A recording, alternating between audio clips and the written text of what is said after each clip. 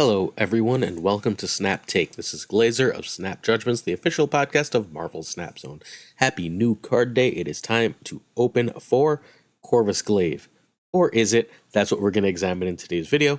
Before we get into Corvus Glaive, I'm going to ask you to hit that sub, like, and comment button. Help us grow. We are trying to reach the biggest in Marvel Snap, and we are shown barely a fraction of the times they are. Every like, every sub, every comment helps us get there.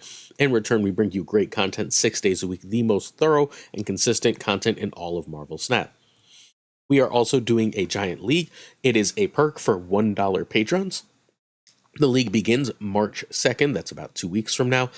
You will play one game a week in a pod of 32. The winner of that pod gets a season pass and gets put into a winner's pod. In this tournament, in each and every pod, are over 60 content creators, from Lambie to Safety Blade to Tucker and so on and so forth. Over 60 content creators. You get a chance to both get bragging rights for knocking off your favorite creator and get some great prizes. Check out the Patreon, patreon.com/snapjudgments. You sign up there, it's into the Discord, and from there you sign up to the tournament. All right, questions of the day. Alejandro Thomas loves opponent discard. Does that make him toxic? No. I mean, cards like Black Bolt and Silver Samurai are cool and powerful, but they're also sort of understated for their cost and what they do, and they're very balanced cards. I could see a world where discard is toxic, where discarding your opponent's hand is toxic, but we don't really live in that world.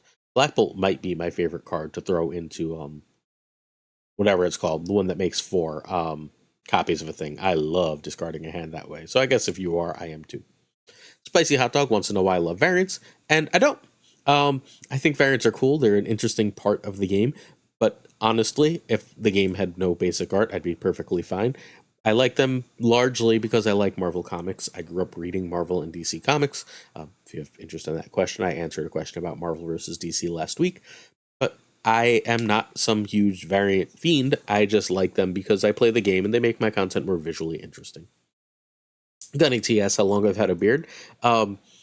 So I used to shave it every so often. I've been with my wife since 2012. We got married in 2014, and she will not even talk to me or look at me if I don't have a beard.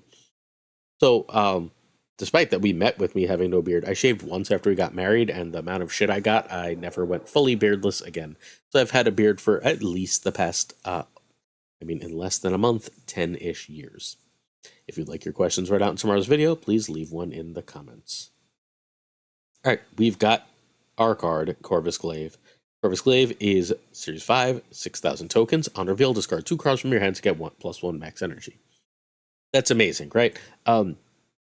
Compare it to Hellcow, who is a 4/8 that just discards 2 cards with no benefit. Why would you not want the +1 max energy? A 3/5 and a 4/8 are fairly similar on rate as well. Corvus Glaive is just straight up a better card. If you were running Hellcow, you should probably run Corvus instead. Even if you don't need that energy, having it is often extremely useful. Think about a Dream Dimension when you're playing MODOK, for example. All right, we cannot talk about Corvus without talking about Proxima, his in-comic partner. 4/7, Series 5, 6,000 tokens as well. This is a wildly expensive month. I'm wondering if they stopped making Series 4 cards and straight to Series 4 cards and didn't tell us. I am trying to get an answer internally, I promise. So when this is discarded, it jumps to your lowest power location that isn't full. So that's phenomenal. It's basically a 0/7 with Corvus that reads as -1 card, right? And you get 3/12 +1 energy for the rest of the game, assuming you can hit Proxima. That's wild. That's just completely wild. These 2 cards in conjunction are insanely powerful. Yes, discard 1 card, get 12 power on board, and get +1 energy from turn 3 on is just insanely strong. This is a monster combo. Okay, our spotlights for the week. We have this Corvus Glaive, which I like, but not honestly significantly better than the original. It's not comic-y enough for me. There's also Gladiator and X-23, both of which I have hips for. I also have I want to say it's a Peach Momoko, it could be Rion. X-23 with this from the Spotlight cache previously. No, this is Peach Momoko, so that one is Rion. And I also have the Wolverine one where she's jumping out of like a building and falling. So I have the hip. I have 3 amazing X-23s, and I have the hip Gladiator. I don't need either of these. I have plenty of tokens. I'm likely going to use tokens for Corvus, but hey, if you want these variants, I don't blame you. This is a really cool. I like the wolves at the back of the X-23, and I think the lighting, the coloring, and shading on this Gladiator are absolutely top notch. All right, so synergies. The obvious one is discard. There's also Hella discard in addition to Apocalypse discard, right? There's Agatha decks. I've got 2 Agatha decks for you. Is there a new discard good stuff deck once Proxima comes out? I tend to think so, but it's going to take a while to build. Can she be good in Ramp Thanos, Ramp, or Sandman Ramp? I didn't put her in Ramp Thanos, I don't believe, but I put her in literally everything else. We're going to feature a few of these. If you have interest in more, check out the Marvel Snap Zone general chat, tag me, Pulse Glazer, and I will get back to you as soon as I can to help you build a deck. All right, some important questions that we won't know the answer to until this card is out. Do you need to run Ghost Rider or Hela? I tend to think no, but many of the builds will. Is there just a good stuff shell that runs very few cards but wants the ramp? Very few, discard cards but wants the ramp. I think it runs like 4 or 5 discard cards, but it will want ramp in that deck. Can you replace Electro or Wave in some decks? I don't think so. I think it's different enough. Does standard discard ever want this? Como si, como sa, right? If you don't ever play this if MODOK is in hand, but if MODOK's not in hand, I could see it. Like especially because if you do this and Hellcow, this and Hellcow, like you're getting 4 discards, and that's usually enough. This power creeps out both Hellcow and Swordmaster, which are fundamentally unplayable, although it could be one of those cases where the redundancy of effects means you run them all. Okay, our first deck is It's Guest Gaming's Double Toss. I love this idea. Basically, you're not trying to double MODOK, you're trying to single MODOK, but you're trying to get rid of Swarm and Helicarrier. You want a MODOK on the last turn, by the way. Although if you have the extra energy, you can drop Onslaught and then MODOK. You can go Corvus Glaive, Devil Dino. Sorry, the key lineup would be Morbius, Corvus, Devil Dino, Onslaught, MODOK, and then you've got a bunch of Swarms in hand, and you've got the Helicarrier discard. So you've got a gigantic Devil Dino, a gigantic Morbius, and that wins you the game. I think it's really cool. Obviously vulnerable to Shang. Check out It's Guest Gaming. He does a video on new cards every single week that are always stellar and top-notch. You gotta love Guest's energy. But this is our first deck to try. This deck works just fine if it doesn't seem Corvus, because Lady Sif is a card that works great for it, and you can always Hellcow and stuff as well. So I think this is a very, very cool deck, so props to Guest. We also have our friend Docty, who does a new card video every week. Just before we talk about this deck, I'd like it noted just very quickly that our wonderful friend Drewberry, I'm recording in advance. I'm in Orlando at Universal Studios as you're watching this. Hi. So our friend Drewberry Snap, who is wonderful and the king of new card content, doesn't have his new stuff ready yet. So just so you know, Drewberry is amazing, and you should check out Drewberry's new card content along with Docty and Guest. I like to get a nice, well-rounded perspective for my new cards. You're perfectly welcome to just watch this video. I'm not like sad, but our friends also do wonderful work if you have time to check them out. So Docty has a straight up sand ramp, and I think this is really cool. Basically, you spend the first couple turns making sure you have extra cards in hand so that you are less likely to hit anything important for when you Corvus. And if you Corvus on 3, you can then go Sandman into Goliath, Odin, Doom, Odin, that kind of thing, and win the game. You have extra cards. This is extra powerful. You are not limited to 1 card. So if you end up playing Arrow, for example, on the last turn, you could play Arrow with Snowguard or Mirage or whatever, and that's just really cool and really, really strong. I think that this is a very cool build. I think Sandman is severely underrated in the meta right now. This is a great place to go. Next up, Owie's Good Stuff Disco. We've got the original version of this later in the video because it's an X-23 deck, and X-23 is one of our spotlight cards this week. This is basically a deck that made it to the top of a tournament. I think this deck fits Corvus wonderfully. I threw in Wolverine and Apocalypse for Doom, basically on the concept that if I chuck Wolverine, I've got an extra, a free 4, and I've turned Corvus into a 3/9 +1 energy. And then if I get Apocalypse, great. I can play Apocalypse at the end of the game, hopefully with a card like Stature, which seems extraordinarily strong. I also can play Apocalypse and Stature to end the game. If I go Silver Samurai on 5 and hit X-23, or if I go Killmonger and hit X-23, and I guess I'd have to do it the turn before, excuse me. So I would have to... I don't know, have a different way to kill it because I need to Black Bolt. So I guess I do need Corvus. I lied. My bad. You need Corvus so you have the extra energy so you can go Black Bolt into Apocalypse and Stature to end the game, which is just a crazy powerful play. Will likely trigger Ms. Marvel and so on, and then you just have all that power all over the board. This is a really, really cool list. I like it an awful lot. Okay, we have Min's Corvus Hella. I asked the homie Min, who is Rito in disguise on Twitch, if you want to check him out, to build me some cool stuff for Corvus. This is the first thing that Min came up with. It is running Proxima. This is obviously a Proxima deck. For the time being, sticking Wolverine. This doesn't bother with Swarm. It's not trying to do that. It is running just straight up discard. Silver Samurai is basically never going to hit Proxima. But like you're fine just later in the game saying, oh, you're playing you need an Iron Man, that kind of thing, and just saying, no, thank you, let's get rid of that. Even if it's hitting a Morbius or a Blade or something, you're fine, or Dracula.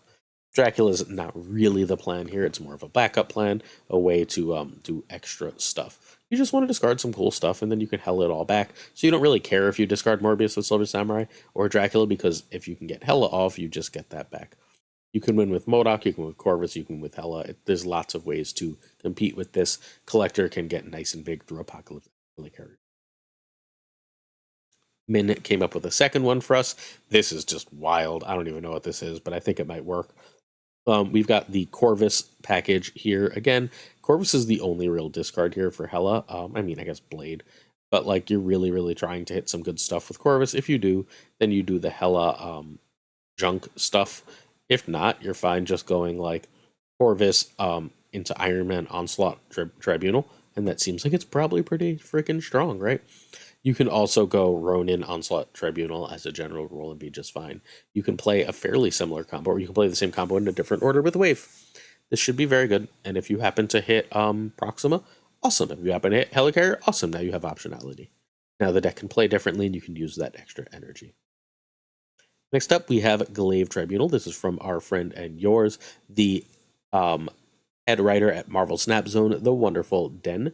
Den came up with another version. This is very similar to this version. It's just this is more all in. This is the way to play the magic. Like I get my Iron Man Onslaught Tribunal, or I get my MODOK Hella combo.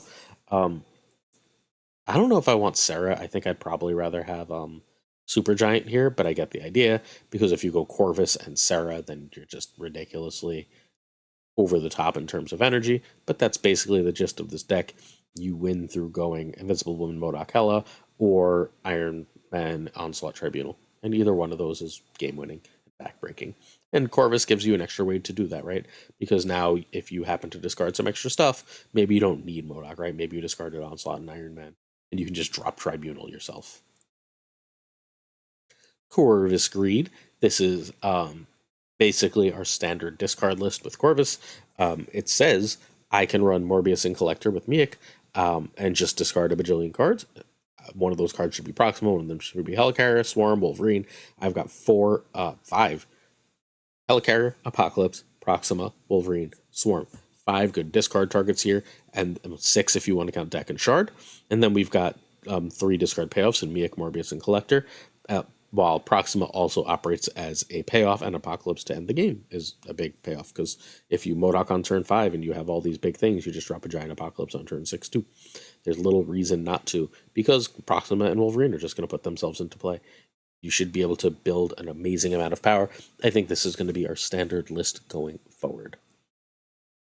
Same, this used to be called Discard Dracula, right? Now it's not even running Dracula. All right, Discard Ramp. This is our Hella deck for the day. This is, again, our friend Den. Den is basically saying, I'm going to run a Sand Ramp here that also has Hella, which is hilarious and mean, and I love it. If you discard Sandman, you're a little sad, because that's not something you really, really, really want to bring back to the Hella. But you're also not super filling the board with your Hella here. Hella's like an extra win con, not the way you win. You can also just win by going like Ronin, right? Ronin Doom is a reasonable way to win a game of Marvel Snap here. Ronin Doom Odin is basically freaking always going to win, right?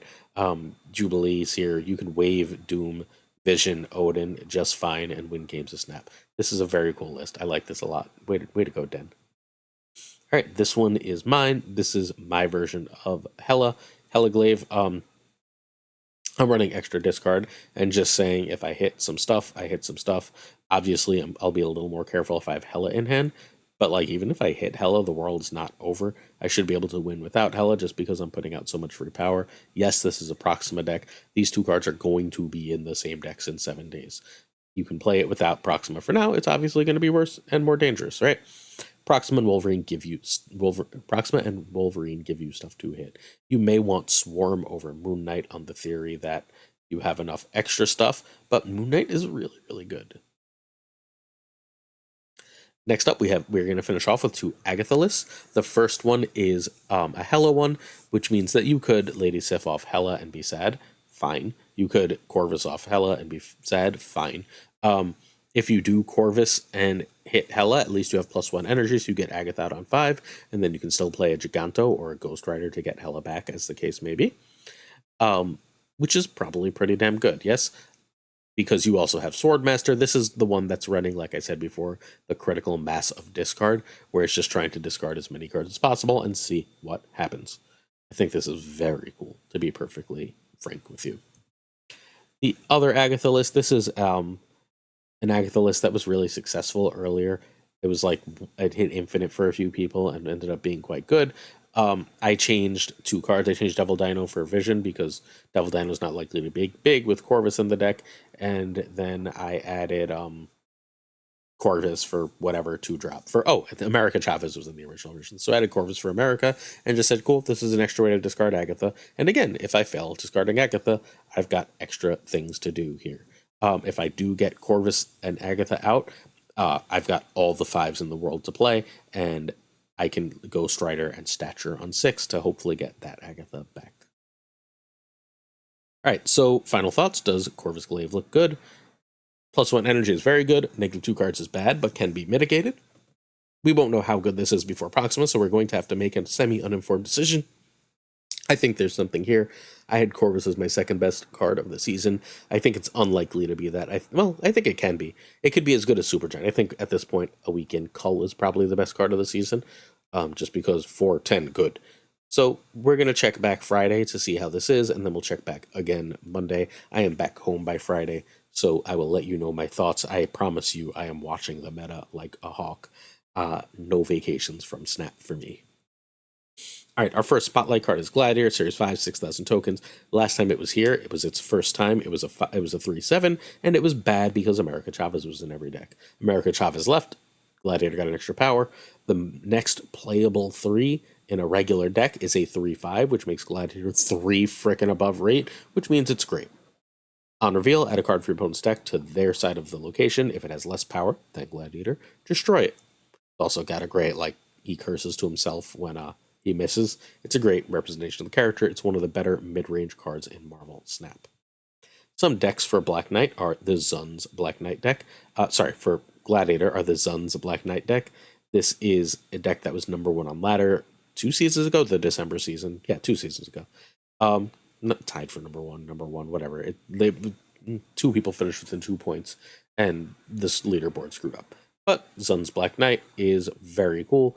It is a deck that requires Gladiator. It needs those stats early with that Black Knight build in order for it to really get its stuff going if it doesn't see the Black Knight combo. So it can still win through the Sarah combo. It's a very, very powerful deck. Gladiator is a requirement. We also have good cards Loki. Loki currently loves Gladiator. This is, I know it says Den made it, but just for the record, this is Lambie's build of the list. So this is absolutely stellar. It runs the 2 1s. Of Quinjet and Snowguard. It's got Gladiator for a ton of power. It's got Iron Lad, so it can try and hit Loki or just hit Devil Dinosaur just fine. Gladiator is a bad hit for Lad, but whatever. This is an extremely powerful list. Loki is still a tier 1-ish deck, even if it's not head and shoulders above the field anymore, and Gladiator is an important component to that list at this point. We also have Lambie's Revis Sarah Control. This is Lambie's take on the famous Revis Sarah Control list. No matter what version you're looking at, it runs Gladiator. Gladiator is its mid-range point package in the deck, and it's an absolute necessary evil.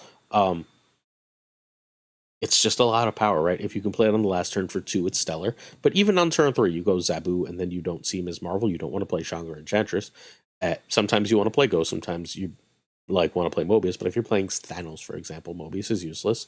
So you just drop a Gladiator and you have 8 freaking stats. It's bigger than Legion. It's a lot of number. We have Always Good Stuff Disco Corvus. Oh, I posted the Corvus version again. I'm so silly. All right. So the differences are this runs Jeff. Do I know? Okay. Sorry. I have the this isn't even Gladiator. Whatever. Let's just keep going. I pasted it in the wrong spot. Okay. Spotlight card is X23. Sorry about that. Spotlight card X23, Series 5, 6,000 tokens. When this is discarded or destroyed, regenerated at a random location, +1 energy next turn. Absolute requirement for destroy decks. Doesn't always have a consistent home elsewhere, but Corvus might give it a home in discard. We'll see. All right. Den Destroyer. This is not the base list. We'll get to the base list, I promise. You've seen the base destroy list. This is Den's really cool destroy list. X23 is a ramp card, and so is Electro, both for this list. It works super great. You kill it and discard. You kill it multiple ways, and as you kill it, you get to play Nimrod. You get giant Nimrods and extra energy to play cards like Null, Zol, and Destroyer. Grandmaster is here because Grandmaster works as an extra Carnage or Venom, and that's the basic gist of the deck. You fill the board with Nimrods. They're all 6 power, which means you can get like 24 power in some locations, and you can also have a Null or Destroyer in some of those locations that are huge. We've got our Destroy 23. This is our standard Destroy list. The card that is often changed is generally Hulkbuster. Once in a while, we don't run Deathlock and run Grandmaster. Although Shang-Chi is sometimes not in, whatever. There's some fuck slots here. This is the list, more or less. There's 9 cards that are guaranteed. Deadpool, Forge, Nico, X23, Carnage, Killmonger, Deadpool, Null, and Death, and then like either Deathlock or Grandmaster, and then the last 2 cards are sort of flexy. But that's just the list. Wolverine's often there to give you an extra thing to reliably re-destroy, so on and so forth. It's a very, very powerful list. This is always, or at least in recent vintage, one of the top 5-ish decks in the game, and you need X23 for it. Like, the deck genuinely just doesn't work with that X23, because you need something that if you don't see Deadpool early to do with extra energy, and it also synergizes amazingly with Deadpool. All right, finally, we've got our X23 Galactus list. This one you can spend turn 4 going Nico to destroy into X23 or destroying X23 with the Carnage, Killmonger, or Venom, and then sometimes that lets you Galactus early, and Galactus early wins. Outside of that, the main use case in this deck is to try and get Death nice and cheap. You can destroy X23 over and over again with the aforementioned means, and as you destroy it over and over again, your Death gets really cheap, and you get an extra energy to play your cheap Death, which is both really, really great. It's also, obviously, one of the best targets in the game for Nico's Destroy spell. Ooh, this deck might want Corvus, right? I think this deck might want Corvus. It's worth at least looking into. All right. Finally, we have the Owie Good Stuff Disco. Hey, this is the one I was trying to feature earlier, and I copied the wrong one.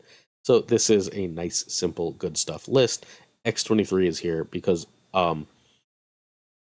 if you manage to, if you end up Silver Samuraiing on turn 5, you can discard X23, which is going to make Stature 1, and then you can play Stature and Doctor Doom on the last turn of the game, which is 21 power spread across the board, however you see fit to win you the game. That's huge, that's ridiculous, that's amazing. You should consider doing that. You could also conceivably, if you have X23 out from earlier, you can play something like Dakin, Shard, and Killmonger on turn 5, but you would have had to play Silver Samurai earlier to get Stature cheap, but it still works. Still works. It's super strong. This is a very cool deck with a crap ton. I'm not going to curse. I don't know why I didn't curse there. Whatever. Shit ton of play lines that is rewarding to play.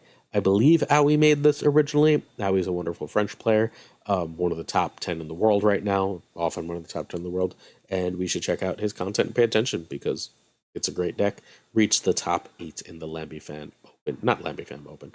Lambie Open. All right, conclusions. X23 is a must-have if you're trying to play Destroy. You should open for X23. If you have 4 caches, go for X23. I wouldn't worry about anything else. Gladiator is much bigger than the next best 3, and he's in most non-Darkhawk mid-range builds. He makes Darkhawk weaker, which makes his actual power smaller, right? Like, because he's representing less power if he's taking power off your Darkhawk. So, if you play, like, mid-range lists, such as Sarah, such as that Black Knight deck, etc., then Gladiator is going to be great. You can just safely open. Corvus is impossible to know for sure right now. Proxima will change the card, but as always, if you just need Corvus, wait until Friday. We'll talk more about that card then. Certain tiers of Patreon support come with on-air thanks. We've got Abigail Giesler, Mandatory Burnout, Cables, DG Winfield, Direwolf, LAB, Fathor Newman, Good Dog Gamer, Inc., Jay Neverite, JD McDonaldino, Aquila Platono, Kirtix Lee, Koire, Jay Bussy, Models, Louis Antunes, Matt Conduit, Matt H, Mikey Hijinks, No Flex, Aguilaris, Pretty Chill, Seamus, Spike Jones, Two Ties, Tucker, who you should check out on Twitch, X-Force V, The Homie Min, and Gunny T. All right. I can't help it. I think Corvus is going to be good. I think they've done a really good job lately. Since, this season, fundamentally, of releasing good cards that aren't overpowered, although I'm still not sold on Black Swan. So I think that this is probably going to be worth it, but it's definitely better to wait and see, because we are always all often wrong about this.